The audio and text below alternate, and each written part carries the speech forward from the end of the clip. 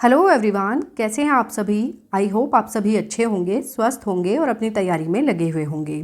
तो फ्रेंड्स, स्वागत है आप सभी का द एग्ज़ाम ट्यूटर के इस नए सेशन में। फ्रेंड्स, आज की इस वीडियो में हम कवर करने वाले हैं आरआरबी एनटीपीसी के लिए जीके जीएस के कुछ मोस्ट इंपॉर्टेंट मिसलेनियस क्वेश्चंस को। फ्रेंड्स, मिसलेनियस क्वेश्चन का ये जो प्रैक्टिस सेट रहेगा ये आपके प्रिपरेशन को बूस्ट करने में आपको 100% हेल्प करेगा, क्योंकि इस वीडियो में जो भी क्वेश्चंस लिए गए हैं वो सभी सिलेक्टेड और इम्पोर्टेंट हैं। इस वीडियो में वही क्वेश्चंस लिए गए हैं जो कि अलग अलग एग्जाम्स में प्रीवियस ईयर में पूछे गए हैं। तो अगर आप ऐसे किसी भी एग्जाम की तैयारी करते हैं जिसमें जीएस पोर्शन एक इंपॉर्टेंट रोल प्ले करता है तो ये वीडियो आपके लिए काफ़ी यूजफुल रहने वाला है।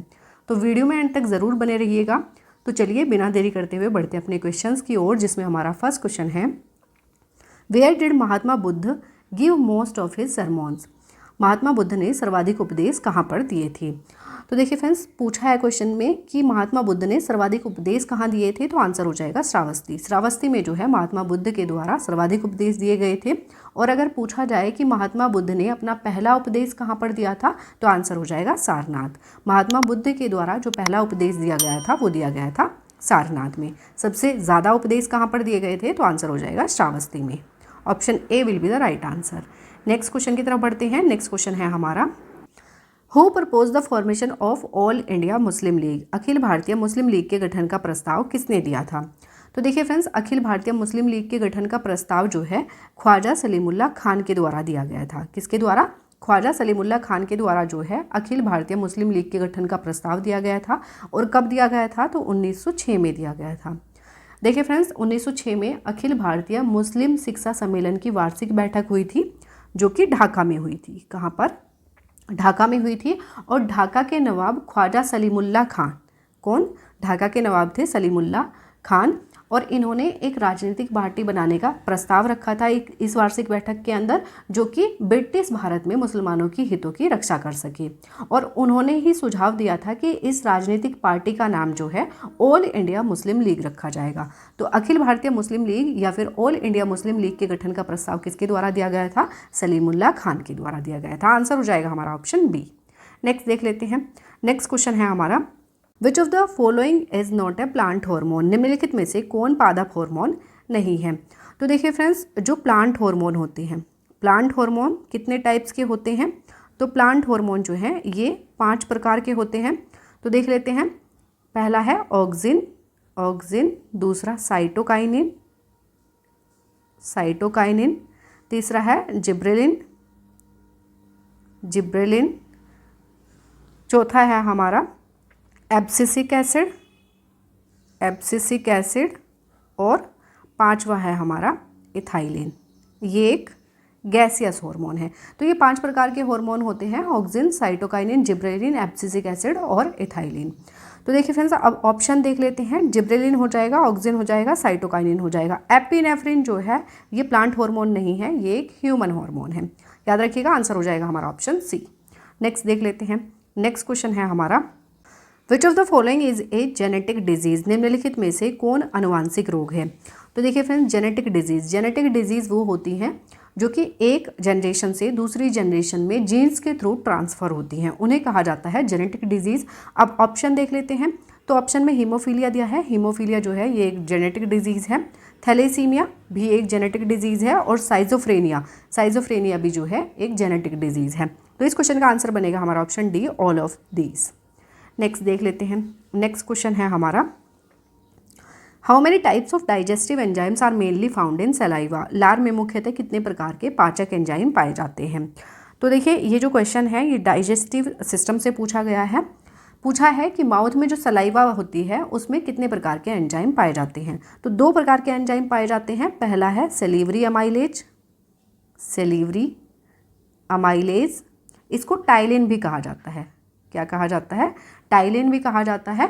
देखिए फ्रेंड्स, इसको बोला टाइलिन जाता है, लेकिन इसकी जो स्पेलिंग है ये पी से स्टार्ट होती है, इसमें पी साइलेंट रहता है, याद रखिएगा। तो सेलिवरी अमाइलेज और टाइलिन जो है ये एक ही एंजाइम के नाम है। और ये जो टाइलिन है या फिर सेलिवरी अमाइलेज है ये क्या काम करता है, तो ये स्टार्च के ब्रेकडाउन में हेल्प करता है। किसके? स्टार्च के ब्रेकडाउन में हेल्प करता है, यानी कि स्टार्च के डाइजेशन में हेल्प करता है। दूसरा है हमारा लिंगुअल लाइपेज, लिंगुअल लाइपेज। ये जो एंजाइम है ये क्या काम करता है, ये फैट्स को ब्रेक डाउन करता है, यानी कि फैट्स के डाइजेशन में हेल्प करता है। तो ये 2 प्रकार के एंजाइम हैं जो कि सलाइवा में पाए जाते हैं। अब ऑप्शन देख लेते हैं, तो ऑप्शन ए में दिया है 2, तो आंसर हो जाएगा हमारा ऑप्शन ए। नेक्स्ट देख लेते हैं, नेक्स्ट क्वेश्चन है हमारा, विच of the following is also called cellular fuel, निम्नलिखित में से किसे कोशिकीय ईंधन भी कहा जाता है। तो देखिए फ्रेंड्स, इनमें से ऐसा कौन सा है जिसे सेलुलर फ्यूल कहा जाता है, तो ग्लूकोज को जो है सेलुलर फ्यूल कहा जाता है, और ये एक इंस्टेंट एनर्जी प्रोवाइडर भी है। एग्जाम में क्वेश्चन पूछा जाता है कि एथलीट को इंस्टेंट एनर्जी प्रोवाइड कौन करता है, तो आंसर हो जाएगा ग्लूकोज, या फिर कार्बोहाइड्रेट करके भी दिया जाता है, क्योंकि ग्लूकोज क्या है, एक कार्बोहाइड्रेट है, तो कार्बोहाइड्रेट भी जो है करेक्ट आंसर हो जाएगा। आंसर होगा हमारा ऑप्शन बी। नेक्स्ट देख लेते हैं, नेक्स्ट क्वेश्चन है हमारा, how do most insects respire, अधिकांश कीट श्वसन कैसे करते हैं। तो इंसेक्ट्स जो है ये रेस्पिरेशन किसके थ्रू करते हैं, तो रेस्पिरेटरी सिस्टम के थ्रू करते हैं। देखिए फ्रेंड्स, जो इंसेक्ट्स होते हैं, इंसेक्ट्स में एयर फिल्ड ट्यूब्स पाई जाती हैं जिन्हें ट्रैकिया कहा जाता है। क्या कहा जाता है, ट्रैकिया कहा जाता है। तो इसके थ्रू जो है जो इंसेक्ट्स होते हैं वो रेस्पायर करते हैं, और ये जो ट्रैकिया होते हैं इनको रेस्पिरेटरी सिस्टम कहा जाता है इंसेक्ट्स में। याद रखिएगा, आंसर हो जाएगा हमारा ऑप्शन बी। नेक्स्ट देख लेते हैं, नेक्स्ट क्वेश्चन है हमारा, in what form does the signal travel through fibre optic communication, तंतु प्रकाशिकी संचार से संकेत किस रूप में प्रवाहित होता है। तो देखिए फ्रेंड्स, जो फाइबर ऑप्टिक कम्युनिकेशन होता है इसमें जो सिग्नल है वो किस फॉर्म में ट्रैवल करता है, तो लाइट वेव में। किसमें, प्रकाश तरंगों के रूप में जो है जो फाइबर ऑप्टिक कम्युनिकेशन होता है उसमें सिग्नल लाइट वेव की फॉर्म में ट्रैवल करता है। आंसर हो जाएगा हमारा ऑप्शन डी। नेक्स्ट देख लेते हैं, नेक्स्ट क्वेश्चन है हमारा, the pressure inside a soap bubble is dash than the atmospheric pressure, साबुन के बुलबुले के अंदर दबाव वायुमंडलीय दबाव से कैसा होता है, कम होता है, अधिक होता है, ये पूछा है क्वेश्चन में। तो देखिए फ्रेंड्स, जो साबुन का जो बुलबुला होता है, जो बबल होता है, उसकी जो इंटरनल सरफेस होती है वो अवतल होती है, यानी कि कॉनकेव होती है, और जबकि जो आउटर सरफेस होती है वो कॉन्वेक्स होती है। इस तरह की जो सरफेस होती है उन पर सरफेस टेंशन के कारण, यानी कि पृष्ठ तनाव के कारण जो है जो इंटरनल सरफेस होती है उस पर जो प्रेशर होता है वो जो आउटर सरफेस होती है आउटर सरफेस की तुलना में ज़्यादा होता है। और किसके कारण होता है, तो सरफेस टेंशन के कारण होता है, जिससे जो बुलबुले का जो अंदर का प्रेशर होता है वो एटमॉस्फेरिक प्रेशर से अधिक हो जाता है। तो आंसर हो जाएगा हमारा ऑप्शन ए, मोर, यानी कि अधिक होता है। नेक्स्ट देख लेते हैं, नेक्स्ट क्वेश्चन है हमारा, विच of the following can be cut with a knife, निम्नलिखित में से किसे चाकू से काटा जा सकता है। तो इनमें से ऐसा कौन सा एलिमेंट है जिसे चाकू के साथ काटा जा सकता है। तो देखिए फ्रेंड्स, सोडियम और पोटेशियम जो है ये सॉफ्ट एलिमेंट्स होते हैं जिन्हें चाकू से काटा जा सकता है। तो इस क्वेश्चन का आंसर बनेगा हमारा ऑप्शन डी, ए और बी। नेक्स्ट देख लेते हैं, नेक्स्ट क्वेश्चन है हमारा, विच of the following is a radio active isotope of hydrogen, निम्नलिखित में से हाइड्रोजन का रेडियो सक्रिय समस्थानिक तत्व कौन सा है। तो देखिए फ्रेंड्स, हाइड्रोजन के जो समस्थानिक है ये 1H1 होता है, 1H2 होता है और 1H3 होता है। इसको कहा जाता है प्रोटियम, ये होता है ड्यूटेरियम और ये होता है ट्राइटियम। तो इनमें से जो ट्राइटियम जो है ये एक रेडियो एक्टिव आइसोटोप है हाइड्रोजन का। याद रखिएगा, आंसर हो जाएगा हमारा ऑप्शन सी, ट्राइटियम। नेक्स्ट देख लेते हैं, नेक्स्ट क्वेश्चन है हमारा, black Gandhi is the nickname of who among the following, black Gandhi निम्नलिखित में से किन का उपनाम है।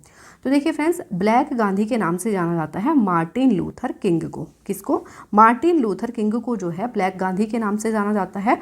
और इन्हें इस नाम से क्यों जाना जाता है, तो देखिए फ्रेंड्स, जिस तरीके से महात्मा गांधी ने जनता के अधिकारों के लिए काफ़ी संघर्ष किया है, उसी तरह से मार्टिन लूथर किंग ने अमेरिका में निग्रोज को उनके मौलिक अधिकार दिलाने के लिए काफ़ी संघर्ष किया था। और जिस प्रकार महात्मा गांधी की हत्या गोली मारकर की गई थी, इसी प्रकार मार्टिन लूथर किंग की हत्या भी गोली मारकर की गई थी। और उनके इन्हीं संघर्षों के कारण जो है उन्हें ब्लैक गांधी के नाम से जाना जाता है। याद रखिएगा, आंसर हो जाएगा हमारा option D, Martin Luther king. Next देख लेते हैं, नेक्स्ट क्वेश्चन है हमारा, the first Indian film nominated for Oscar is, Oscar के लिए नामित प्रथम भारतीय फिल्म कौन सी है। तो देखिए फ्रेंड्स, 1957 में रिलीज़ हुई थी मदर इंडिया। कौन सी? Mother India. और ये महबूब खान की एक फिल्म थी मदर इंडिया, और ये ऑस्कर के लिए नामित हुई थी, जो कि ऑस्कर के लिए नामित होने वाली प्रथम भारतीय फिल्म थी। याद रखिएगा, आंसर हो जाएगा हमारा ऑप्शन ए। नेक्स्ट देख लेते हैं। नेक्स्ट क्वेश्चन है हमारा, on which that is world teachers day celebrated? विश्व शिक्षक दिवस किस तिथि को मनाया जाता है? तो इसमें देखिए फ्रेंड्स, कंफ्यूज मत होइएगा, वर्ल्ड टीचर्स डे पूछा है, तो वर्ल्ड टीचर्स डे जो है ये 5 अक्टूबर को मनाया जाता है। कब मनाया जाता है? 5 अक्टूबर को मनाया जाता है। और अगर भारत में पूछा जाए कि टीचर्स डे, सिर्फ टीचर्स डे पूछा जाए तो 5 सितंबर, याद रखिएगा, टीचर्स डे जो है ये 5 सितंबर को मनाया जाता है। 14 सितंबर यानी कि 14 सितंबर को क्या मनाया जाता है? तो हिंदी दिवस। हिंदी दिवस जो है कब मनाया जाता है? ये मनाया जाता है 14 सितंबर को। और 14 नवंबर को क्या मनाया जाता है? तो हम सभी जानते हैं, चिल्ड्रंस डे। चिल्ड्रंस डे मनाया जाता है 14 नवंबर को। तो इस क्वेश्चन का आंसर बनेगा हमारा ऑप्शन बी, 5 अक्टूबर। नेक्स्ट देख लेते हैं। नेक्स्ट क्वेश्चन है हमारा, mandap and rath are the features of which style of temples? मंडप और रथ किस शैली के मंदिरों की विशेषताएं हैं? तो देखिए फ्रेंड्स, मंडप और रथ जो हैं ये मामल्य शैली के मंदिरों की विशेषताएं हैं। किसके?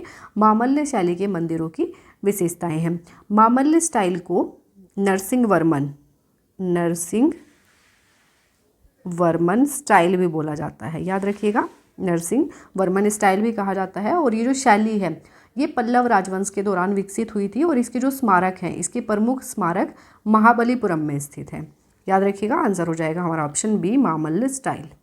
नेक्स्ट देख लेते हैं। नेक्स्ट क्वेश्चन है हमारा, the pioneer of Nipakh movement was? Nipakh आंदोलन के प्रणेता कौन थे? तो देखिए फ्रेंड्स, निपख आंदोलन जो है ये दादू दयाल के द्वारा शुरू किया गया था। किसके द्वारा? दादू दयाल के द्वारा जो है निपख आंदोलन शुरू किया गया था। और दादू दयाल जो है ये एक कवि संत थे, और इन्होंने धार्मिक सुधारक के रूप में विशेषकर जो जातिवाद और पुरोहितवाद था इसके खिलाफ इन्होंने आवाज़ उठाई थी। याद रखिएगा, आंसर हो जाएगा हमारा ऑप्शन सी। नेक्स्ट देख लेते हैं।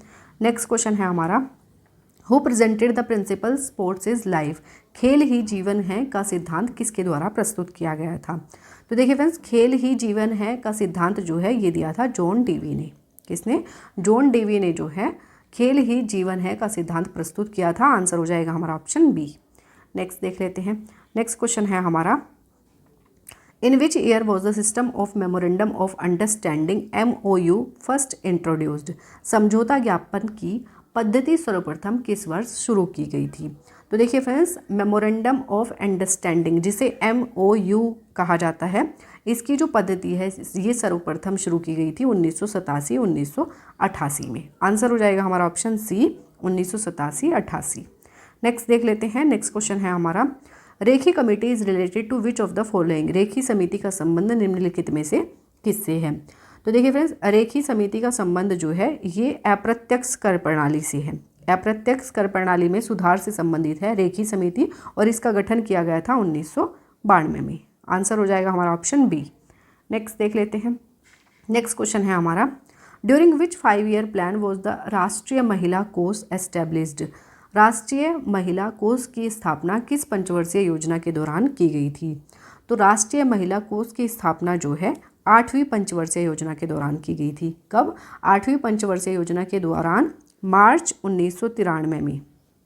मार्च 1993 में जो है राष्ट्रीय महिला कोष की स्थापना की गई थी, और ये जो है ये महिला और बाल विकास मंत्रालय के अंतर्गत आता है। याद रखिएगा, आंसर हो जाएगा हमारा ऑप्शन सी। नेक्स्ट देख लेते हैं। नेक्स्ट क्वेश्चन है हमारा, which is the most available in alluvial soil? जलोढ़ मिट्टी में किसकी उपलब्धता सर्वाधिक होती है? तो जलोढ़ मिट्टी में सर्वाधिक क्या पाया जाता है?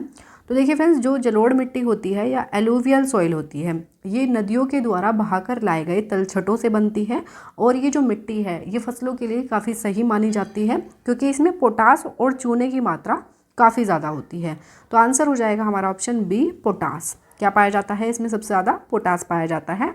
आंसर हो जाएगा ऑप्शन बी।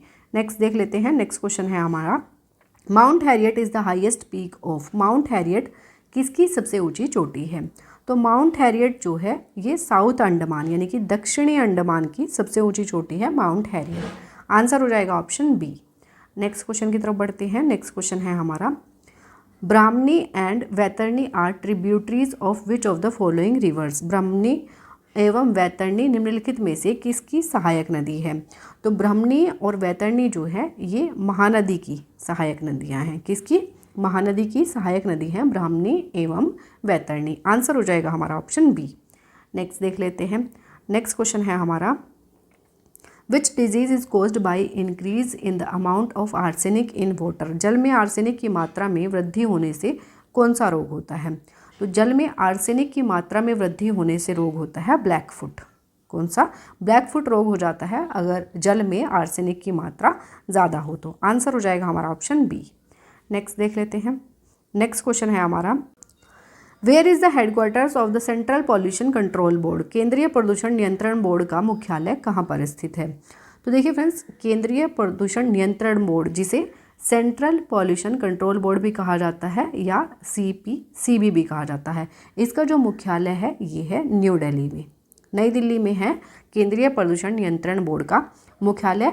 और इसे जल प्रदूषण की रोकथाम और नियंत्रण अधिनियम 1974 के तहत, कब? जल प्रदूषण की रोकथाम और नियंत्रण अधिनियम 1974 के तहत जो है इसको स्थापित किया गया था। याद रखिएगा, आंसर हो जाएगा हमारा ऑप्शन ए, न्यू दिल्ली में है इसका हेडक्वार्टर।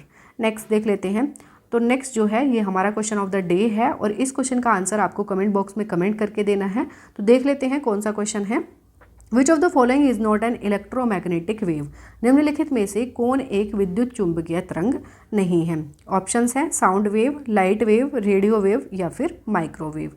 तो इस क्वेश्चन का आंसर आपको कमेंट बॉक्स में कमेंट करके देना है और आप मुझे कमेंट बॉक्स में कमेंट करके ये भी ज़रूर बताइएगा कि इन 25 क्वेश्चंस में से आपके कितने क्वेश्चन सही हुए हैं। मुझे आपके कमेंट्स का इंतज़ार रहेगा। तो अब हम इस वीडियो को यहीं पर समअप करते हैं। आई होप ये वीडियो आपको पसंद आई होगी और ये वीडियो आपको अच्छी लगी है, हेल्पफुल लगी है तो वीडियो को लाइक और चैनल को सब्सक्राइब जरूर कर दीजिएगा। मिलेंगे नेक्स्ट वीडियो में नए क्वेश्चंस के साथ। तब तक के लिए wish you all the best, take care and thank you.